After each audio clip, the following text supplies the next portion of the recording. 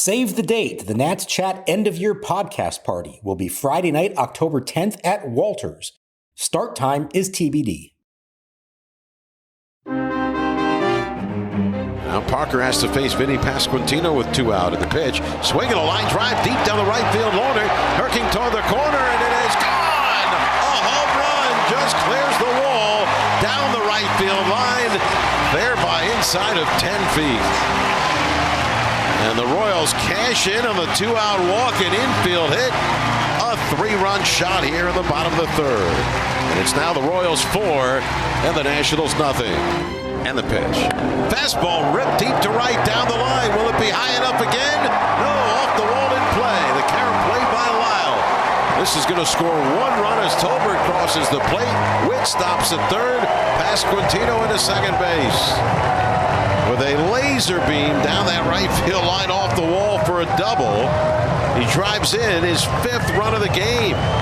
It's now the Royals 8 and the Nationals 4. And welcome to Nats Chat, along with MASNsports.com Nationals insider Mark Zuckerman, who was at Kauffman Stadium in Kansas City. I'm Al Galdi, host of the Al Galdi podcast. A strange game for the Nationals on Tuesday night. An 8-5 loss at the Kansas City Royals in Game 2 of a 3-game series. The Nats lost despite out-hitting the Royals 10-6. The Royals had 8 runs on just 6 hits, though 4 of the 6 hits were extra base hits. But how about the Nats starting pitcher Mitchell Parker? He gave up just 2 hits, and yet he somehow allowed 5 runs in 5 1/3 innings. The Nats in MLB's 2025 regular season now are 47-72. Worst record in the National League East, second worst record in the National League. If you are listening to this podcast via Apple Podcasts or Spotify, you can rate the podcast with a star rating. 5-star ratings are greatly appreciated. They help us out a lot. We thank you very much for doing them.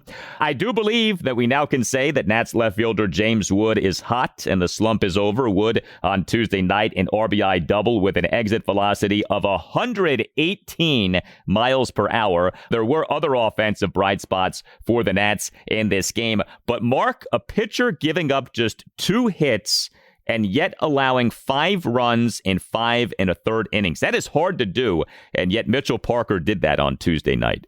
Really hard to do, and you take it another step, Al. He only allowed 5 batters to reach base in those 5 1/3 innings, and all 5 of them scored. It was timely hitting, obviously a big home run by Vinny Pasquantino, good base running, the Royals taking full advantage of the 3 walks that they drew off Parker. It wasn't even just off of him. It continued into the 6th. There's a point at the end of the 6th inning where the Royals have scored 7 runs, having put 7 runners on base. I don't think I've ever seen that before. 0 runners stranded. They made the most of the opportunities they had. And in Parker's case, he was very close to getting out of this without hardly any damage. But the walks killed him, and a 2-out infield single, and then the killer 3-run homer. And I think it's kind of emblematic of Mitchell Parker in that he might be better than he looks at times, but he still hasn't figured out how to just get that one big out, how to get himself out of a jam and limit the damage. And you're talking about a guy with an ERA well into the 5s and a 13 losses on the season. I know we don't care about 1-loss records, but you lose 13 games by August 12th, you're not having a good season. No, he's not. And Mitchell Parker, so in this game, like we said, 5 runs, officially allowed 5 runs in 5 1/3 innings. One of the runs scored with him out of the game. Gave up just the 2 hits, issued 3 walks, recorded 3 strikeouts, 87 pitches, 49 strikes, 38 balls. You mentioned that ERA, 5.55. That is the second worst ERA among all qualified pitchers in the majors this regular season. And his whip now is at 146. That is the worst whip among all qualified pitchers in the majors. He has made starts. He has consumed innings. He has stayed healthy these last 2 seasons. We give him credit for all of that stuff. But here we are now with yet another Nats starting pitcher quantifiably ranking among the worst in the sport. We had these conversations with Patrick Corbin. We have had them with Trevor Williams, and we now have them with Mitchell Parker, the second worst ERA in MLB, the worst whip in MLB, and this is not over some tiny sample size. No, and it's unfortunate this seems to keep happening, and In each of those cases, alas, that you just described, they have felt compelled to keep putting that guy out there every fifth day. And I imagine that's going to be the case with Parker probably for the remainder of the season, unless somebody else comes along before then. Now, as far as next year goes, I think it could be a different story. In a perfect world, they should have 5 starters as long as everybody's healthy coming out of spring training. And I think that's putting pressure on him to have to earn his spot next spring. But prior to that point, I think he's going to continue to get these opportunities. And you'd like to see him figure it out. That there have been starts that he's been effective, but there have been more of them than not that he has not done it. And, I feel like this 4 to 5 runs allowed in 5 or 6 innings has become sort of the norm for him. He's not minimizing the damage. We know he's not a big strikeout guy. And that's how you end up with an ERA well into the 5s and the high whip and everything else that goes along with it. Yeah, no question. Well, let's focus on a positive from this game, and that would be the Nats offense, in particular, the Nats starting outfield in this game. So the Nats for the game, 5 runs, 10 hits, 2 walks, 2 for 6 with runners in scoring position. The 10 hits were 2 triples, a double, and 7 singles. The offense wasn't great, but, 5 runs should be good enough to win. But all 3 of the Nats starting outfielders in this game ended up being impactful, including James Wood. He, for a 5th consecutive game, had at least 1 hit. Wood is the Nats starting left fielder and number 1 batter, 2 for 5 with an RBI double and a single. And the nature of this RBI double was beautiful. This was vintage James Wood. He in a 2-run 7th had a 2-out opposite field RBI double to the left center field gap to cut the Nats deficit to 7-3. The double, an exit velocity of 118 miles per hour per StatCast. So A, Wood went the opposite way. B, he scorched that ball to the tune of an exit velocity of 118 miles per hour. Robert Hassel III got the start in center field. He is the Nats starting center fielder and number 9 batter, 1 for 4 with a single, and he made a home run robbing catch. No, that was not Jacob Young on Tuesday night. Robert Hassel III did that. Bottom of the 4th, a leaping backhanded home run robbing catch at the center field wall on a leadoff flyout by Randall Grichuk, a tremendous play by Hassel. And Dalen Lyle, who has been hot at the plate lately, he is the Nats starting right fielder and number 7 batter, 1 for 4 with an RBI single. So good to see Wood, Hassel, and Lyle all contribute in various ways. But man, that double by James Wood, you want to talk about like certifying busting out of a slump. I feel like that double did that with how he did what he did on that hit. Can we officially say that James Wood is back? I think we can officially say that now. You saw the signs over the course of the entire road trip, and this, I think, was the kicker to it. That's the hardest hit ball of his career, and it is, believe it or not, the 2nd hardest hit ball in Nationals history, at least since they started tracking these things with StatCast in 2015. You know who hit the hardest ball, 119 miles an hour in Nationals history? It's not going to be anybody that you think it would be. It was Adam Lind, 119 miles an hour, a single up the middle in Oakland in 2017. Go figure. I don't think anybody would have seen that. What Wood is doing, as you said, hitting the ball the opposite field with authority. The power has come back. The exit velocity has come back. And I think most important, even in San Francisco, he had the home runs. He was looking better, but he still had the strikeouts. The first 2 games of the series, 0 strikeouts. He's laying off the pitches out of the zone. He's not chasing the way that he was there for a long time. It was a slog to get through this, but I think he is officially through it. And now you hope that James Wood can take off the rest of the year. And when it's all said and done, we're going to say, oh yeah, remember those couple of weeks that he went ice cold? Yeah, that was just a blip in an otherwise fantastic season. The only thing we're not seeing are the walks, but he's piling up the extra base hits, so you can live without the walks if this guy's generating homers and doubles, as we have been seeing in recent games. Hey, it's Al Galdi for Window Nation. Summer is starting to wind down in the DMV. Your air conditioning is working overtime, just trying to keep your house and you cool and comfortable. What can you do to make a difference? Well, you can replace your old or builder-grade windows with windows from Window Nation. Call 866-90NATION or visit windownation.com and tell Window Nation that you want the following deal that you're about to hear about here on the Nats Chat podcast. This month only, You can schedule a consult and get 50% off all window styles. Plus, you could even get your windows with 0 down, 0 payments, and 0 interest for 2 years. 866-90Nation or windownation.com. Tell Window Nation that Al Galdi from the Nats Chat podcast sent you.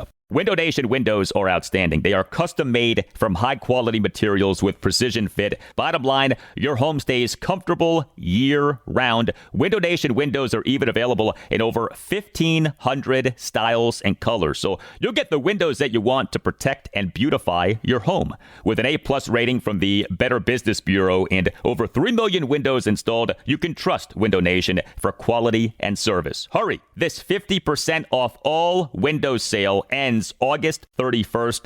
So don't miss out. Call 866-90Nation or visit windownation.com. Schedule your estimate and tell Window Nation that Al Galdi from the Nats Chat podcast sent you. Parker rocks and kicks. 3-0 swung on and hit in the air by Grichuk to center. Back is Hassel leaping at the fence and he pulls it back in. What a catch.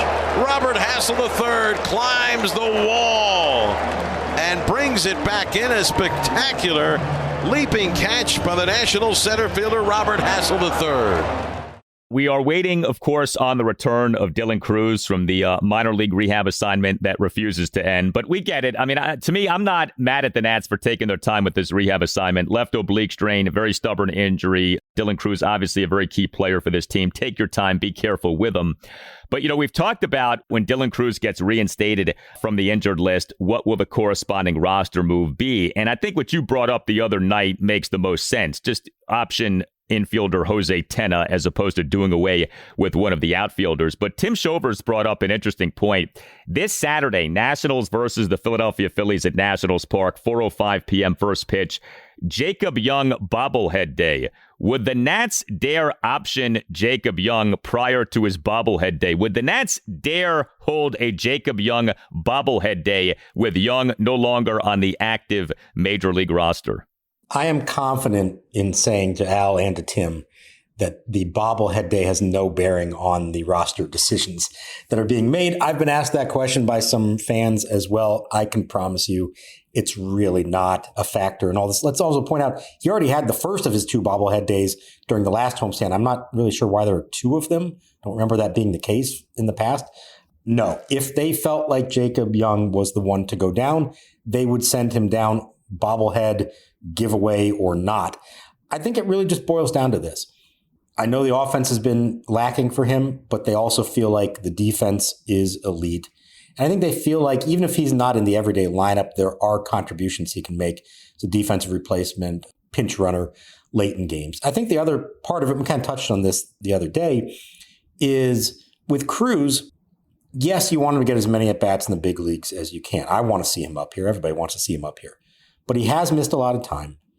And if you're allotted 20 days on the rehab assignment for a position player, for a guy who honestly wasn't hitting great before he got hurt, he was starting to get better before he went on the IL, why not use that to its fullest, give him as much opportunity to play and see pitching as much as he can so that when he does come back, he's in hopefully some kind of a groove. So I get it. Would I rather see those at-bats up here? Yeah, but given the crowded outfield already, the fact they can use the 20 days, might as well do it. And then I think they finally will make a decision. And then you're going to see how do they figure this all out. I think they're really trying to get at bats to as many guys as they can. I think you saw what Hassel did in this game merits more playing time. And I think you'll see him again on Wednesday. We've talked about, could they use the DH spot to help alleviate the problem? Maybe. All I know is this, whatever it ends up being, whatever the plan is, you just want them to get to the end of the season and feel like they've seen a good sized sample from everyone so that you can go into the offseason and have some idea of who you think your 3 guys are moving forward. Because if you're not one of the top 3, I think they have to consider trade options looking to address their other needs. You don't want to make those decisions until you really think you know who your 3 guys are. And there's some legit questions now who it's going to be. So I'll be fascinated to see that. But I just hope when it's all said and done that everybody gets an ample amount of playing time so they can make some real evaluations on them. I think what's going to be tough is that even if you get guys a lot of plate appearances the rest of this season, you're still not going to be able to have true certainty, especially on guys like Hassel and Lyle and Cruz, just because the sample size can't be supremely large come the end of this season. Now, with Cruz, his pedigree is such that he's going to be an everyday player for this team next season, barring injury. I think with Hassel and Lyle, that actually increases the importance of them getting playing time as this season goes on, because you need to really start to accumulate a sample size for them and get them plate appearances to see what they are. And I don't think we're going to know with real certainty what they are come the end of this season. Now, obviously, if they do well, that's encouraging. And if they don't do well, then, you do ask yourself some questions. But I think we're going to go into next season still saying, all right, Wood and Cruz, yes, they get all the playing time we can give them because of their backgrounds. But when it comes to Hassel and Lyle, I very much could see that being a real competition for the starting right field job come next spring training, and just you let those guys battle it out. You have Jacob Young as your fourth outfielder, and whoever doesn't win the starting right field competition perhaps gets regular plate appearances as a DH, that kind of a thing. But I think this is going to be probably a year-plus journey here with Hassel and Lyle trying to figure out what they are and trying to see who the better man is and whether either guy is worthy of being an everyday player. Yeah, it could be. I think the thing that almost goes against them in some ways is that they're both left-handed. And so the odds of them both being in the lineup are pretty slim when, as you said, that Wood and Cruz are probably going to be there. And are you going to keep the other one as a backup if he's also left-handed? Because you're probably going to be subbing out or platooning with the left-handed side of that equation. That's where Jacob Young as a right-handed hitter might make more sense as a platoon partner. Would they want to have one of those guys DH at a young age? I don't know. I think they might actually say they'd rather have him playing every day at AAA. But I do think they have to consider, and I know a lot of this depends on who the GM is and how they want to go about all this, but I do think they have to consider the idea of, we've known all along for several years now that they have outfield depth in their system. And if they were going to make a big trade, that's probably where they go from to try to get, whether it's a pitcher or a first baseman or whatever else it is they think that they need to get. The fear would be if you wait too long, somebody exposes themselves as not being as good as you want them to be, and they would lose potentially the trade value. Prospects have value. Once you've reached the big leagues, if you haven't performed up here, your value goes down. And so I think I get what you're saying, but I also think ideally you want to see enough that you can maybe make that evaluation this winter, because particularly between Hassel and Lyle, the guy that you don't see as your everyday right fielder next year, I think you have to seriously consider using that as part of a trade package this winter. Yeah, what you don't want, though, is to pick the wrong guy. And ask any Orioles fan about Kyle Stowers. The O's chose Heston Kjerstad over Kyle Stowers. Kjerstad perhaps still will work out, but so far things have not gone well, and Stowers has erupted for the Miami Marlins this season. And so that's the delicate balance. You're right. You don't want to overexpose someone to where the stock goes down, but on the other hand, you want to get enough of a sense of a guy to where you don't pick the wrong guy, because that is devastating when you do something like that. Also for the Nats offensively on Tuesday night, C.J. Abrams, he had a good game. He is the Nats starting shortstop and number 2 batter, went 2 for 5 with a triple and an RBI single. Luis Garcia Jr., he is the Nats starting second baseman and number 8 batter, 1 for 4 with an RBI triple. Garcia in the Nats 1-run fifth, a 2-out first pitch RBI triple down the right field line to cut the Nats deficit to 4-1. And Riley Adams had a 2-hit game. He is the Nats starting catcher and number 6 batter, 2 for 4 with 2 singles. Adding to the weird nature of this game was the Nats having 2 triples. I mean, that's not something that you see often, and yet the Nats did that in this game. And Riley Adams and Drew Millas, we've talked about this. There has been decent, if not good, offensive production for the Nats at the catching position here in recent weeks. It's not overwhelming. I don't know that you look at either guy and say he's your solution at catcher moving forward, but this has been nice to see the Nats getting some offensive oomph at the catcher spot with this Adams-Millas timeshare in recent weeks. Yeah, I think for a long time, we've all sort of wondered what would happen if either of them got more regular playing time. And the good news is that they've seen, at least offensively, I think from both of them, you've seen more. Now, Millas hits for average. He doesn't really hit for any kind of power. Adams doesn't necessarily hit for average, but he does hit for power. A lot of his hits have been doubles and home runs. I looked it up before the game.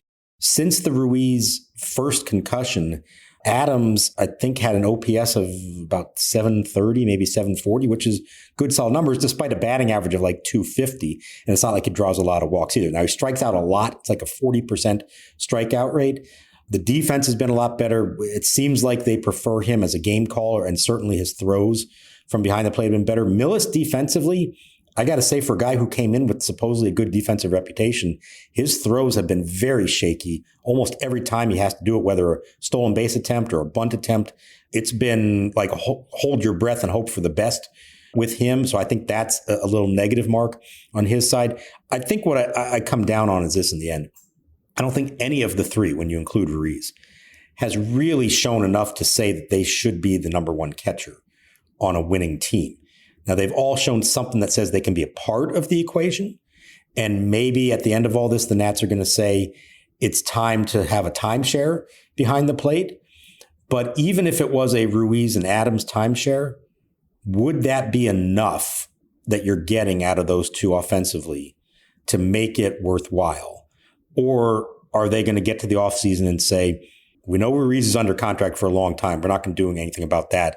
But we could bring in someone else who could share the job with him, who has more of a track record and who you feel like would be a good complement to him, more so than, say, Adams, who's, again, done a nice job as a replacement, but hasn't been enough to say, like, yes, he should be an 81 game a year catcher. I just don't know if he's quite shown that yet.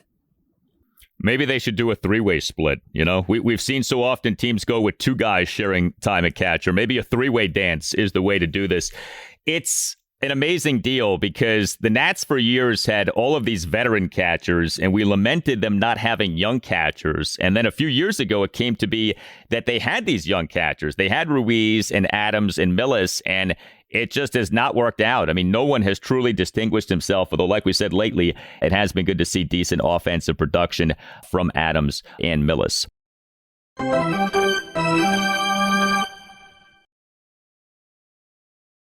Now the pitch. Swing and a drive hit well to left field. Wood going back, way back, looking up, and it is gone. Goodbye. To the back of the Nationals bullpen in straightaway left field. Jonathan India.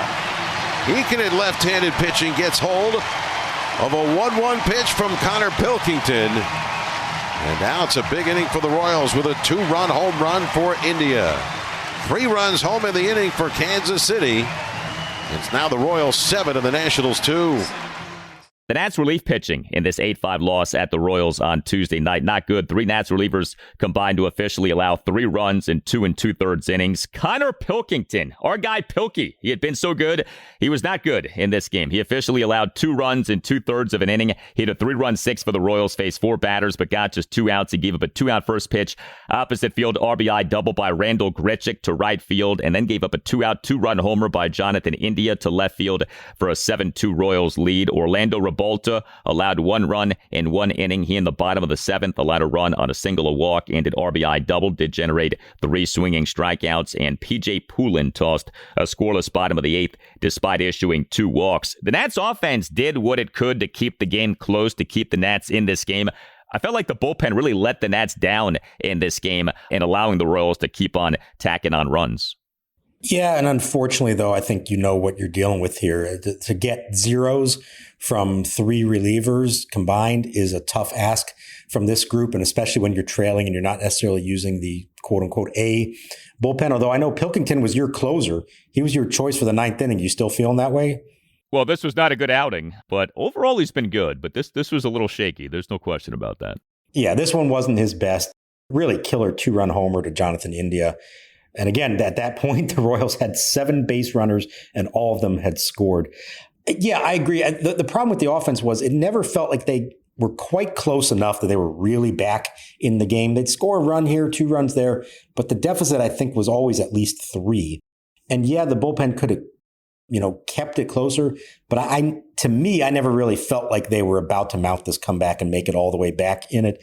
And the challenge for this bullpen the rest of the way is going to be, can they just limit the damage enough to give their teammates a chance? And maybe zeros are too much to ask, but 3 runs in 2 2/3 innings, that's not going to do it. This lineup is not good enough to make up for that kind of relief pitching. So Game 3 for the Nats at the Royals Wednesday afternoon at 2:10. Jake Irvin will be the Nats starting pitcher. Do you think we'll see Brady House as the Nats starting third baseman in that game? I know there is a real need to see what the Nats have in this promising young player named Paul DeJong at third base. He's been the starting third baseman each of the first 2 games. But how about it? Do you think we could get at least one start for Brady House in this series? I would think so. We asked Miguel Cairo about it before the game, and he said, look, what DeJong has done the last few days, he feels like an obligation to keep putting him out there. That said, he does not want to shortchange Brady House. I think he understands what the organization is trying to do here. This was the first time that House has been out of the lineup in back-to-back games since he was called up. He's had a few games off here and there. This is the first time back-to-back. I would imagine we're not going to see him miss 3 in a row. But I will say this, as good as the defense has been from him, the offense is pretty lacking. He's in the 560s with his OPS. There's really been no power at all from him. Now, that doesn't mean you don't keep putting him out there, because as with the young outfielders, you need to find out over the rest of the season, is he the guy or not? And you want him to get as much opportunity as you can. So I do think we'll see him on Wednesday, but it's maybe not a given necessarily that if he keeps hitting to that extent, that he's going to be in the lineup every single day the rest of the way. Well, how he does matters a ton, so hopefully he gets going. But as we know, hard to get going when you don't play. Jake Irvin in that same boat that Mitchell Parker is in. The season is spiraling downward, really, in a lot of ways. And, Irvin's going to continue to get starts. He's an innings eater, so we give him credit for that. But, man, you'd like to see at least one of these guys do well the rest of this season. It's probably unrealistic to say that both guys get back on track. It's one thing to have that conversation with a Mackenzie Gore, Parker, and Irvin. It's probably unrealistic to think that they're both going to be superb as the year goes on. But, boy, it would be nice if one of them fixed himself to at least some extent as this season goes on. It's been disturbing to see how each guy really has struggled here for weeks now. I think especially in Irvin's case, because we've seen him for good long stretches, like months-long stretches, be a very effective bulldog workhorse of a starter. And he was that for a lot the early part of this season, and he hasn't been that here lately. Got to get out of the first inning. That has been his killer, even more than Parker at this point. The first inning has absolutely killed Irvin. And often he's bounced back from that and been able to put together a decent start. But you can't keep digging yourself into that kind of hole. I think this is a really critical 6 weeks for Jake Irvin. If you look ahead to next year and you feel confident in Mackenzie Gore and hopefully Cade Cavalli, Josiah Gray, you'd like to think, is coming back. And we've seen Brad Lord now step into the equation and be one of the most reliable of their arms. That's maybe one more spot in theory. And you would think Jake Irvin has a leg up on that, given what we've seen from him the last few years. But he does have to put together. He can't end the season with an ERA in the high 4s. That's not going to be good enough. He needs to be better than that. And I think he knows that. It's just a matter of going out and especially getting off to a good start. Put up a 0 in the first, and he's usually off and running for a good start. And avoid the home run. The home run has been an issue for him here recently. You tell us what you think. Hit us up on X at Nats_chat. Hit us up on Blue Sky at Nats Chat Podcast. You can email the show, natschatpodcast@gmail.com, including if you would like for us to deliver a shout out to someone who you care about, a happy birthday, a congratulations, a happy anniversary. You get the idea. Email the man who runs the show, Tim Shovers, to see what doing a shout out entails. That email address is natschatpodcast@gmail.com. All Nationals radio highlights on Nats Chat are courtesy of 106.7 The Fan. For Mark Zuckerman, I'm Al Galdi. We thank you for listening, and we'll talk to you next time on the Nats Chat Podcast. Pitch to Wood, swung on, line hard to left center field, and that's going to get down and go to the wall. Heading for third is Hassel. He's going to round third and come in without a throw from the shortstop. Witt taking the relay. It's a double to left center for James Wood. Drives in his 78th run of the year, and it's now the Royals 7 and the Nationals 3.